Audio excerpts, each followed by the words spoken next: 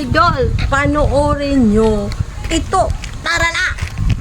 Alam ba ninyo mga idol na ang Bisaya na pinya ay napakatamis? Backward tayo mga idol ay ito ang mga prutas nga nabili ko. Linggo-linggo akong bumili ng klase-klaseng prutas. Pero syempre, minsan ko lang mahanap ang ganito na klase na pinya.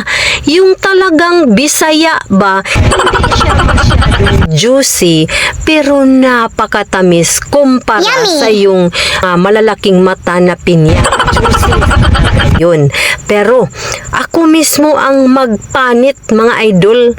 Oo, kasi pag magpapanit tayo, pagbili natin ay pag-uwi natin parang wala na tayo makain kasi doon maubos sa kanilang pagpanit.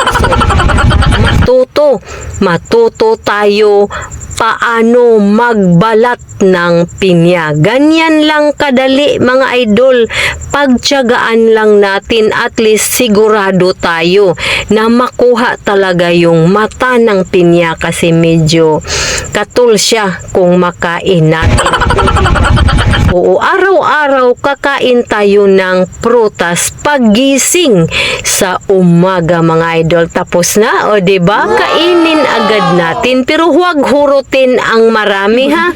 Mga 2 slice, ganyan lang. Kasi pag marami ay hindi na din nakakabuti sa ating katawan. Kaya kunti-kunti lang, hindi kunti-container. O diba? Maraming salamat sa inyong pagtanaw sa akong mga video. Pero huwag kalimutan, pagising sa umaga ay kakain agad tayo ng prutas. Thank you for watching. Please follow, like, and share.